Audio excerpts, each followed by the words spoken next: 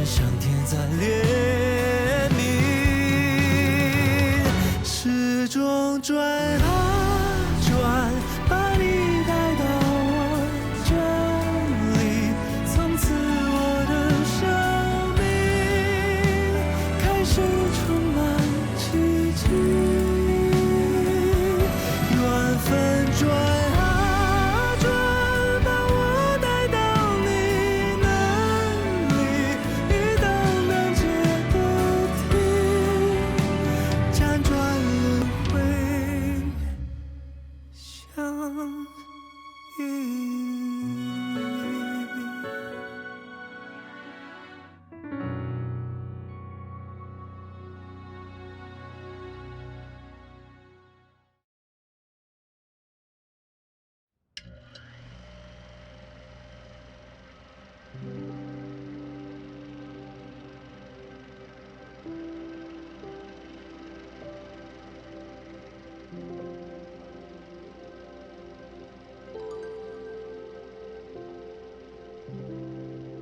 医生，这个孩子是情感障碍吗？啊，孩子呀，是由于童年的经历与关爱的严重缺位，启动了自我的防御机制，才会有反应漠然的表现，以至于他对美丽和恐怖的图片没有反应。这同真正的精神病是不一样的。尽早进行干预治疗，对他会有很大的帮助。对了，嫂嫂，长大以后有没有想做的事啊？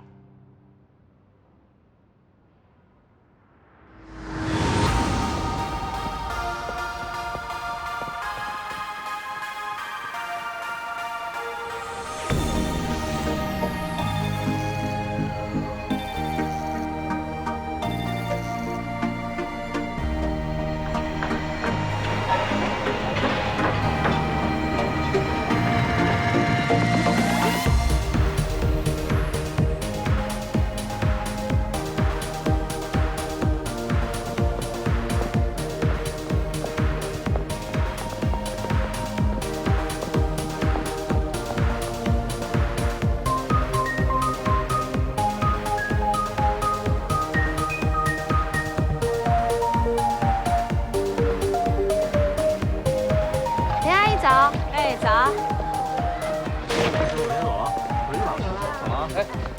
上班去啊？谢谢。没事儿。我要做一个正直善良的好人。加班。走。哪去啊？谢谢啊。吃饭了啊？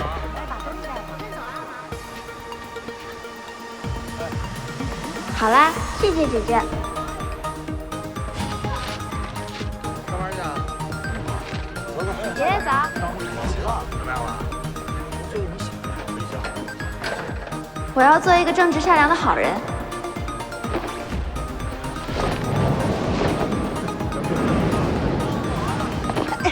谢谢啊。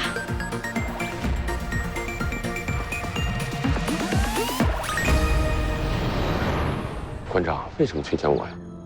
你对国内外的学者、修复专家非常的熟悉。这一次在苏州举办的全国精品文物联展，其中也不乏各大文博单位的文物仿制品与名家个人收藏。你呢，又一直义务奔走帮忙，所以节目组啊要找个合适的节目顾问，我头一个就想起你了。我回国前教的是东亚历史文化，可你做过多年的国内外文保研究啊。你的老师参与过乾隆花园的修复，专家你不都很熟悉吗？馆长，曹教授，年轻人，交给你们了。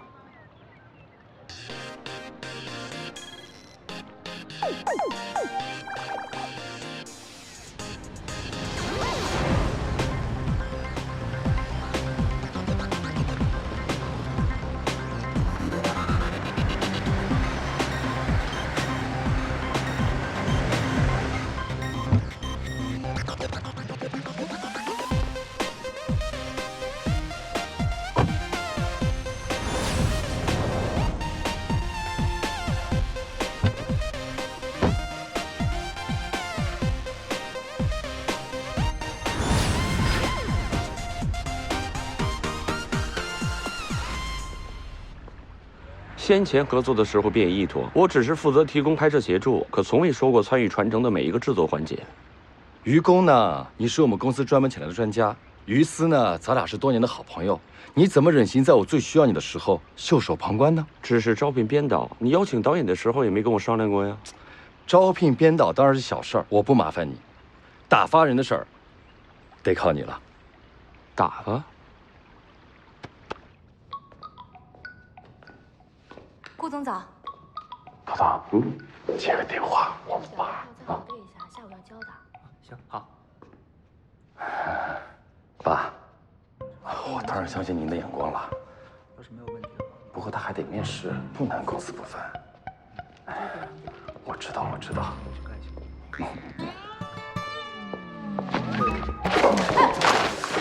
对不起，不好意思。审核部吗？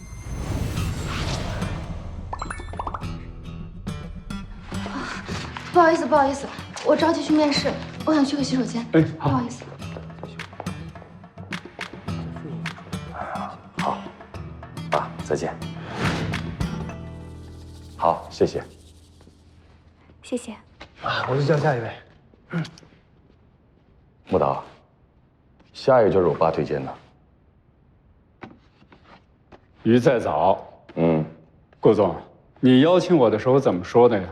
说是你要做一档高档的文化节目，我们大家一起来广聘贤才。现在你又告诉我要用你爸爸推荐的人，那我们现在在招聘干什么呢？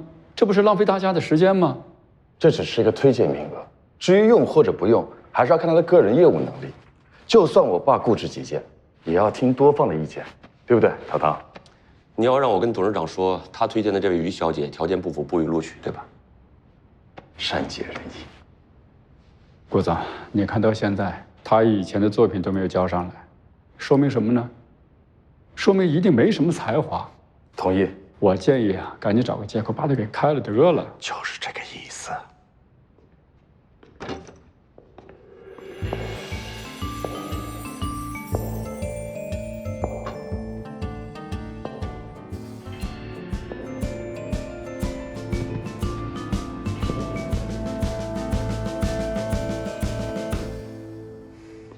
大家好。请坐。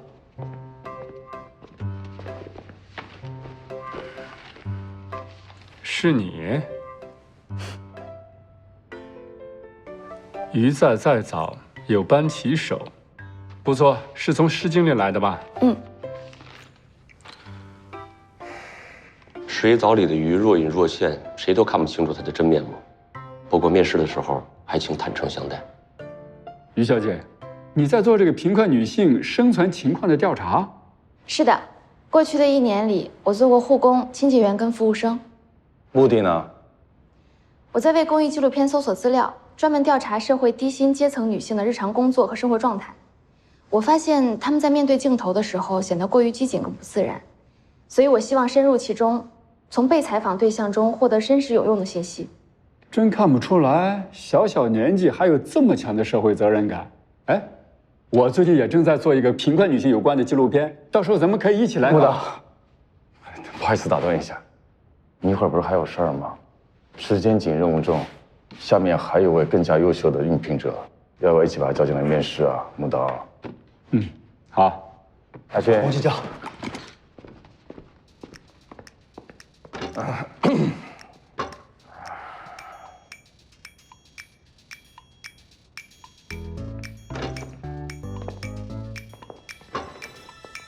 各位好。你好。我们看过很多应聘者的资料，你们2位都是名校毕业，综合评分也很高。那我想问问你们觉得最终谁会留下来呢？我还有很多需要学习的地方。要是有幸能够留在贵公司，那么我可以继续进修。当然是我。理由呢？我在兼职的咖啡店，亲眼见到这位小姐因为一杯洒掉的咖啡砸了一位年轻服务生的饭碗。咖啡打我包上了，你干什么呢？对不起啊，我一定照价赔偿了。对不起，你知道这个包有多贵啊？对不起，我真的这有什么用啊？眼睛要是用不到，把它捐给有需要的人，好吧？你知道我这个包有多贵啊？你别再碰了，把你们经理叫过来，快点，马上！经理在哪里？对不起。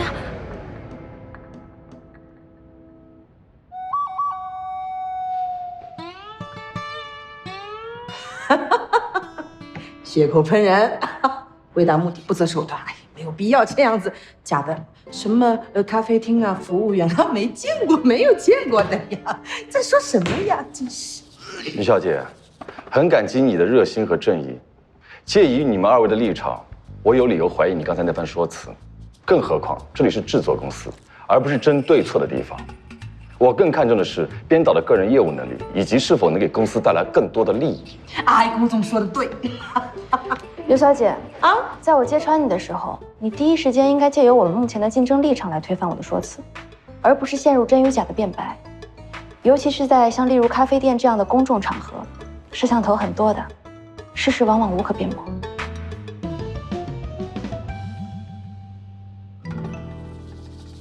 顾总，工作不分高低贵贱，一个对待他人如此鄙夷刻薄的编导，今后如何面对形形色色的采访对象？一个遇事慌张、抓不住重点的编导，以后怎么能面对片场常有的突发状况？又怎么能给贵公司带来更多的利益呢？不是，顾总，你听我说，事情是这样。请各位原谅我的直言不讳，文化节目是作品，更是一门艺术，从业者的素质也很重要。之前我错过了报名，这是我近期的一些作品，希望诸位可以抽空看一下，相信我会是最合适的人选。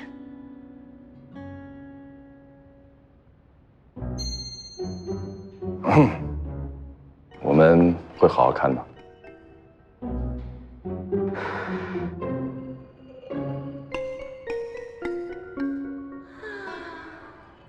一个电话而已，我拒绝。为什么？公共场合职业歧视、恶意羞辱服务人员，还被人拍下放上网络，这种人只会有损公司形象。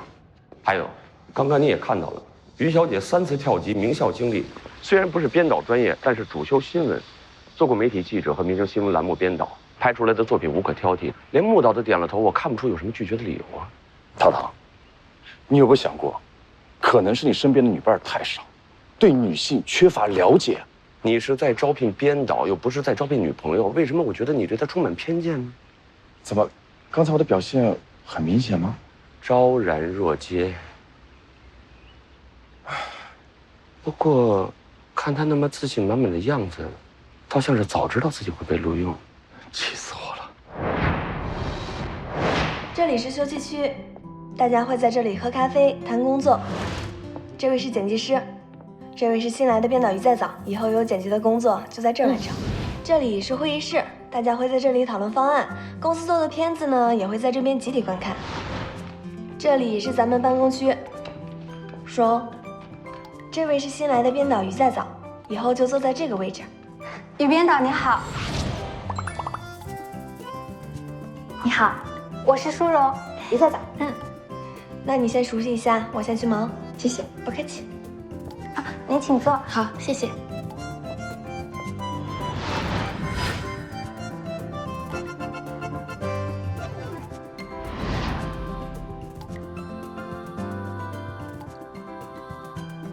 小眼神整的还挺犀利。进。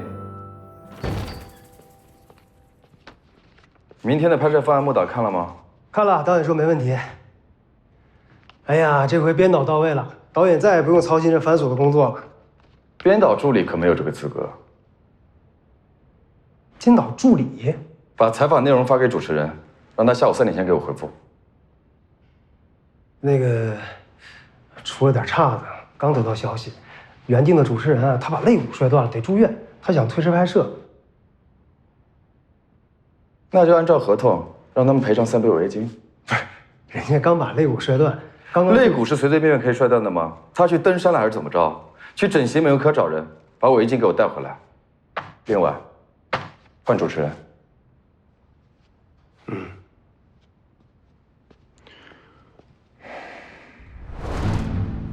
清单已经理好了，看一下这个。好，这个冲好电了，冲好了。还有文件，还有存储卡，接待2块备用。到时候这个和这个，好，都注意顺序带。哎，那个给我。再打印2块。这2个包一定记得。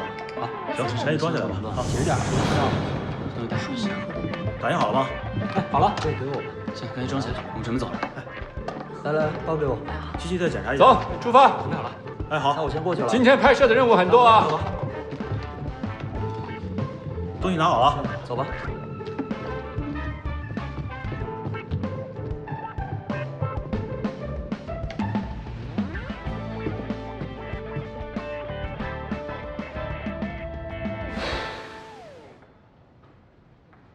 哎，一边倒。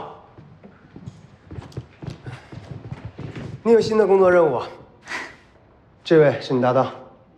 你好，你好，我是摄影师谢瑶。于在早。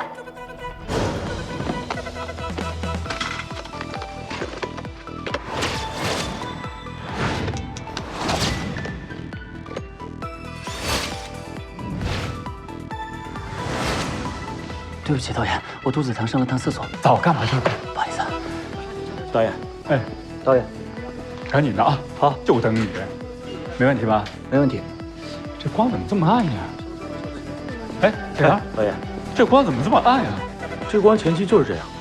哎，导演，您看一下，这些做了标记的。王姐好，王姐好，王姐好。嗨，你好，大家好。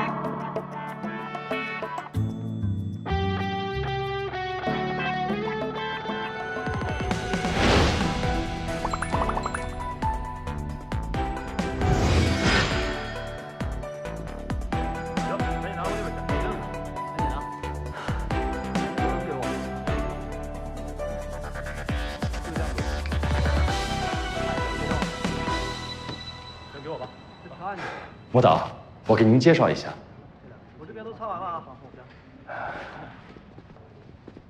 王姐，我给你介绍一下我们的导演。木导，这位是汪姐，我好不容易请来的主持人。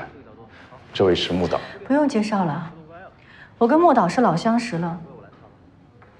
这么多年了，你怎么还在当导演呀？原来二位认识啊，那真是太好了，合作起来一定会非常的愉快。我们熟吗？这么多年了，脾气还是这么火爆，别介意啊。他虽然脾气这么暴，但是对于艺术的追求向来无可挑剔。在哪化妆啊？淑荣。哎，来啦！汪姐你好，这边请。好。消消气，这么大火气，不怕伤了身体。顾总，你换主持人怎么不跟我说呀？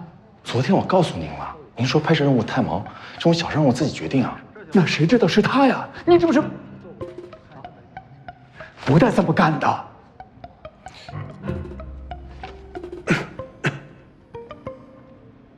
涛涛，昨天我跟你说的事儿，你帮我解决了吗？能不能不打扰我？我在这儿背词呢。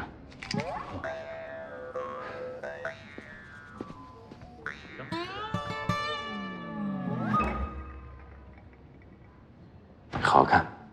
哎呦，戴墨镜戴的都是印子哎，帮我压一下。好。我说怎么那么眼熟呢？原来是曾经红极一时，现在过了气的著名主持人王心宁，对吧？你不是好不容易挤进豪门了吗？那就应该好好做你的少太太，不好好在家相夫教子，出来干嘛呀？这是唱哪出呀？我离婚了。木导。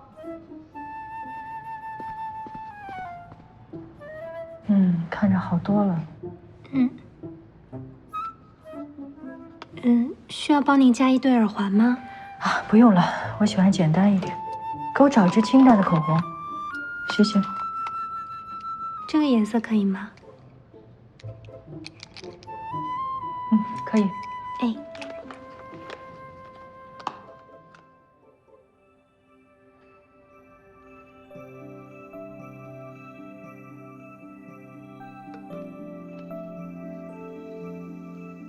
好，3、2、1，开始。今年苏州博物馆举办的中华文物大展，设计青铜、书画、织绣、金银器、玉器、瓷器、钟表等诸多种类，参展文物与参展人数都突破了历史记录，可谓盛况空前。这里是金银器展区，大家请看我身后的这批金器，早在3000多年前的商朝。看。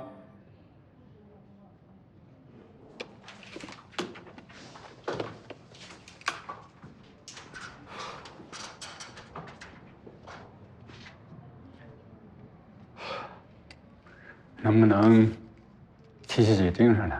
别整得跟个老学究似的，向天气预报员。咱把自己的真实感受跟观众说一说，交流一下，啊？加油啊！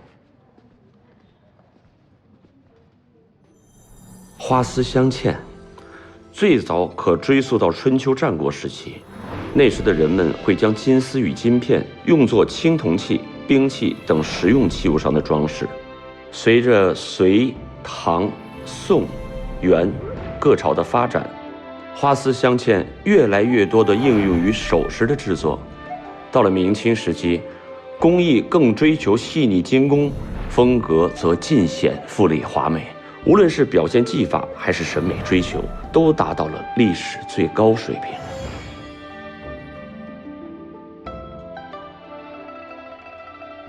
大家应该在很多节目中都看到过这件金瓯永贡杯，它是在嘉庆2年由清宫内务府造办处制造的。金杯上錾刻着宝香花，花蕊上镶嵌着珍珠及红蓝宝石。每逢除夕此夜，清廷会举办元旦开笔仪式，这是帝王祈福时的专用酒具。看来它的制作工艺应该就是燕京8绝之一的花丝镶嵌了。所谓花丝镶嵌，是延续了2000余年中华传统的细金工艺。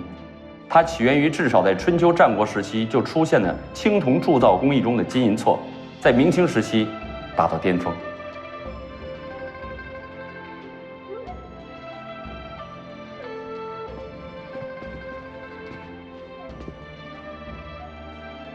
刚刚我们看的金瓯永固杯是清代的，下面让我们来一起看看明代的珍品。这是一件明皇后凤冠的复制品，形制与原件相比稍许有一些改良。冠身镶嵌着1000余颗珍珠和100余颗天然宝石，除了花丝镶嵌外，还运用了极为复杂的点翠工艺。经历了400余年，花丝镶嵌这件来自宫廷的千载绝技，给我们留下了无数的珍宝。看，好，先休息10分钟。辛苦了。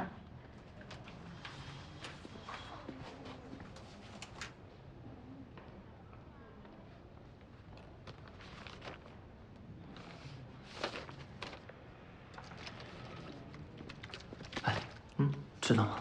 新来的那个姑娘去拜访刘大师了。真的吗？让他独挑大梁，那刘大师可不好对付了。谁说不是呢？这姑娘够呛。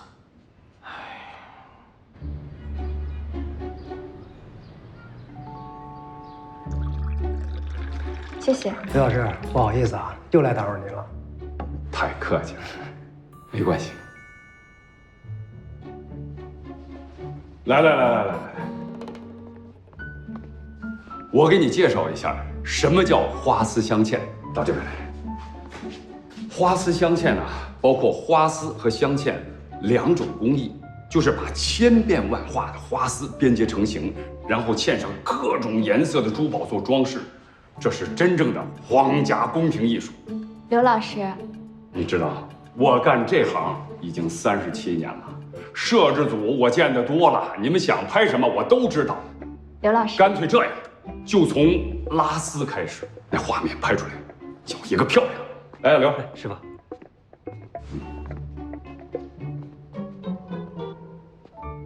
这样，嗨，苏博不是一直对馆藏文物进行保护和修复吗？那就免不了请这些非遗大师参与啊。刘老师就是其中之一。我跟你说啊，他可是电视和报纸的常客，所以对这条拍摄流程怎么回事啊，再清楚不过了。上回木导来拍，活生生给气回去了。不过人也不是故意的啊，就是常年在摄像机前面的一种习惯吧。人家就想让咱赶紧拍，拍完赶紧走，人好踏实工作。来，我马上带着你把整个流程咱们走一遍，然后你拍拍我的作品。我刚在法国展览回来，这是掐丝，哎，你手低一点拍。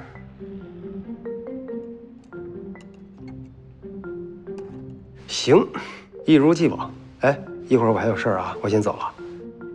这么简单的拍摄任务，于编导一定没问题。我要是什么都没拍，就不能完成顾总给我的任务。我要是按照刘大师的指挥拍了，那就不能让孟导满意。所以等待我的只有2个字：走人，对吗？哟，于编导啊，多虑了啊，多虑了。那什么，我先走了啊。走了。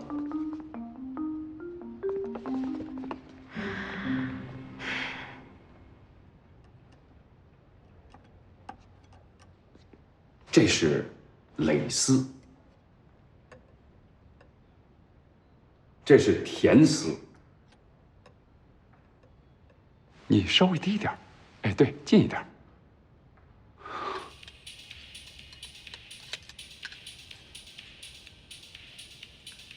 怎么干活呢？这是？你到底用不用心？不是您要求立体感的吗？起来。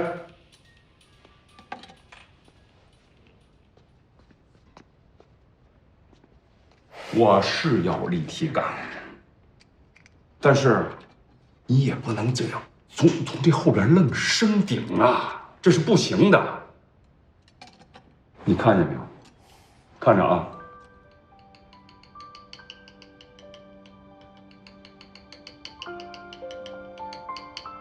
你活不到位，它这立体感能出来吗？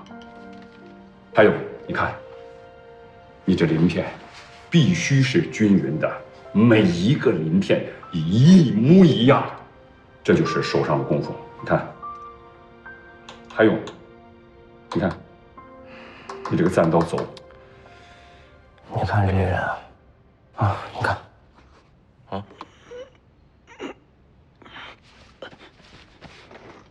这一个个的啊，跟专业演员一样，还会找镜头呢。和这刘大师啊，他就一导演，拍什么怎么拍，全给你设计好了。哎，这活难办呐，拍不到什么新鲜玩意儿。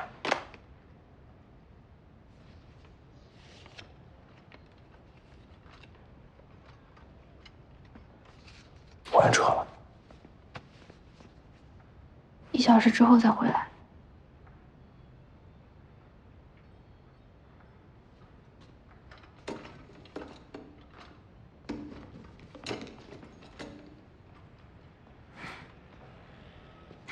刘老师，摄影师已经拍的差不多了，他还有事先走了。可我对花丝镶嵌很感兴趣，我能到处转转吗？反正就这么大块地儿，你随便看。谢谢。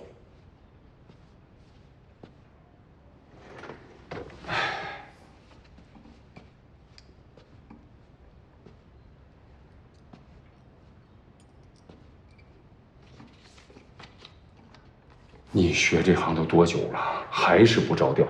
我再重复一遍，一定要用心，带着心干活。你听见没有？我告诉你，我再看见你戴着耳机干活，我给你砸了。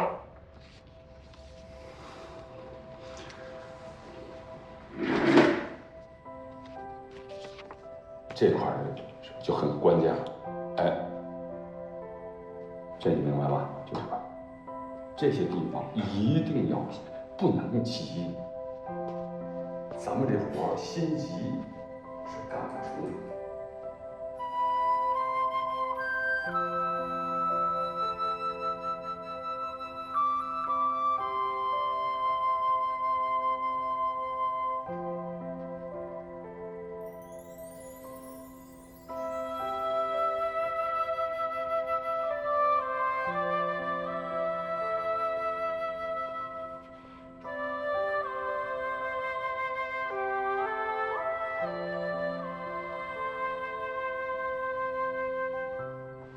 你看，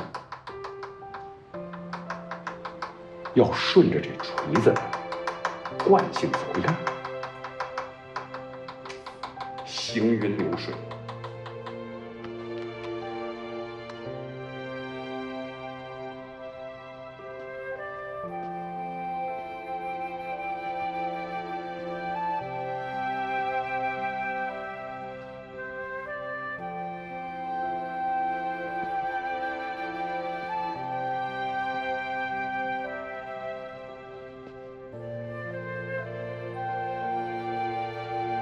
味道怎么样？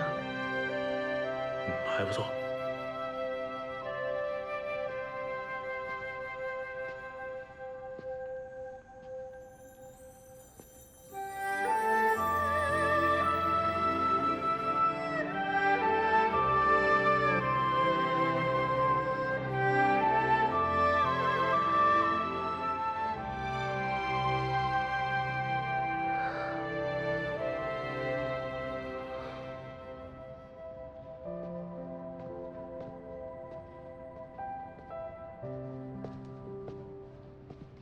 你好，你是刘大师的女儿吧？嗯。请问这是什么？这是明代的金丝翼山冠，国家曾邀很多花丝相间大师对它进行了复制。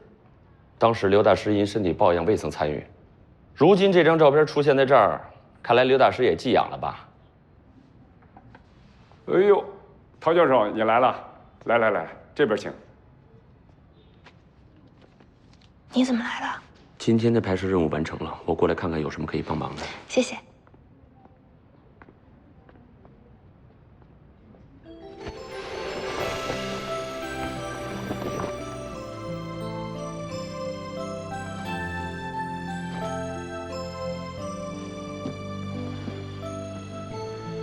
陶教授，您看，比起之前那些复制品，一点都不逊色。您说呢？金丝翼山冠出土于明万历皇帝陵，现藏于定陵博物馆，可以说是花丝工艺的代表作品。你看，除了龙头使用的是赞刻外，整体都是手编花丝，通体找不到任何接头和断丝，一气呵成，巧夺天工。要看它的前屋、折角，还有后山。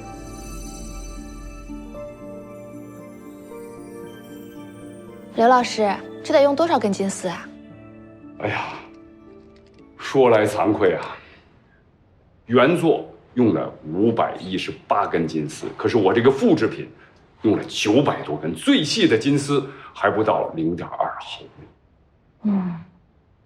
陶教授，您是知道的，这明朝那个时候没有机器拉丝，要么说它是花丝工艺冠绝天下的代表作呢。陶教授，不瞒您说，刚刚完成，谁来我都没让看，您是头一个啊！谢谢您，刘大师。您看，这冠制，博物馆我去了上千次，都在这心里头记着呢。哦，对了，来，嘉义，这是陶教授。陶教授好。这是我儿子嘉义，我这工作室啊，今后就传给他了。陶教授送给咱们很多文物研究方面的资料，对咱们帮助太大了。还愣着干什么？快谢呀！哦，谢谢陶教授。刘大师，您太客气了，后生可畏，真是太感谢了。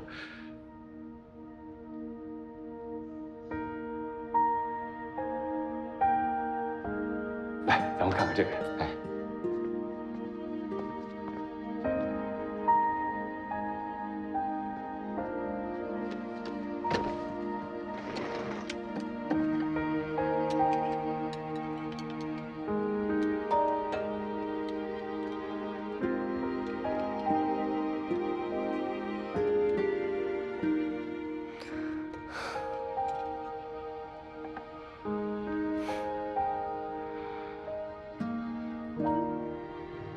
您的咖啡。好，谢谢。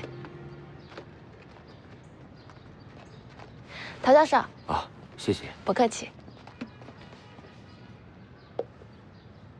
陶教授，今天多亏了你帮忙，不然啊，我估计还要再熬2个小时呢。叫我陶唐好了，你已经很努力了。陶教授，你这么善解人意，又对文物那么了解，可不可以请你帮我一个忙啊？一个小小的忙。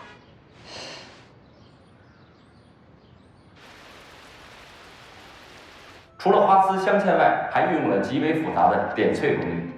经历了400余年，花丝镶嵌这件来自宫廷的千代绝技，给我们留下了无数的珍宝。不错，总体来说，这次试拍是相当顺利，但是确实有一些问题，我得说两句啊。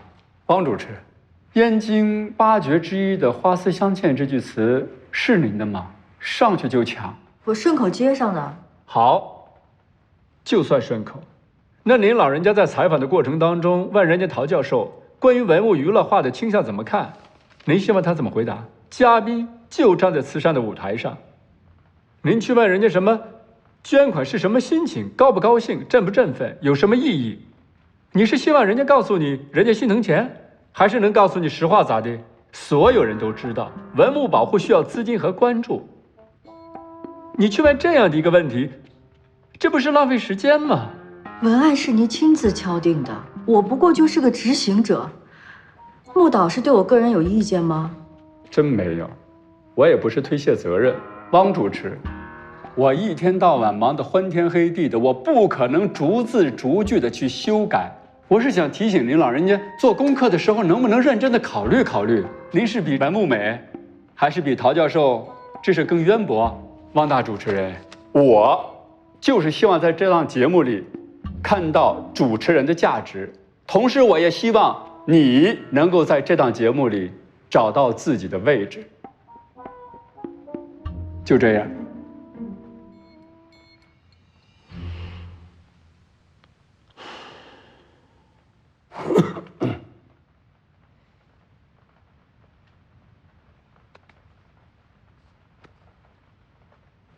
于在早，听说你拍得很顺利，成果呢？大家请看。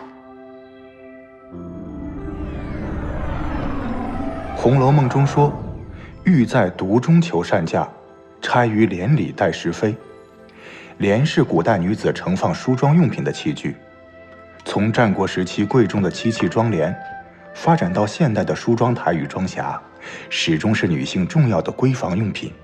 古代的妆帘中，除了常用的胭脂水粉、金银首饰，还会备有整套的梳头工具。长方形的梳子梳通她的长发，中等的月牙梳子梳理精致小巧的燕尾，八字形小梳轻轻拂过鬓边和发梢。这是篦子，它有舒筋活络的功效，它可以剔除发间的污渍。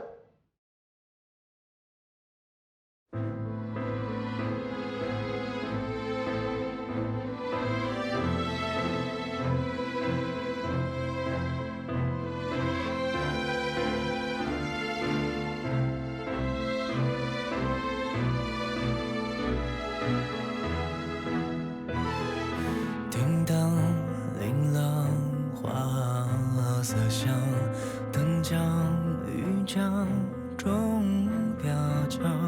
此曲啊放满腔，歌词啊顺了香，同饮着一条江，各泛出几层浪，分妆如霜，披披望，明堂徐香为红墙。中影啊有两方，非无法去敦煌，在古人的地方塑造戏的模样。有一声长语出千古绝唱，让专注将灭将。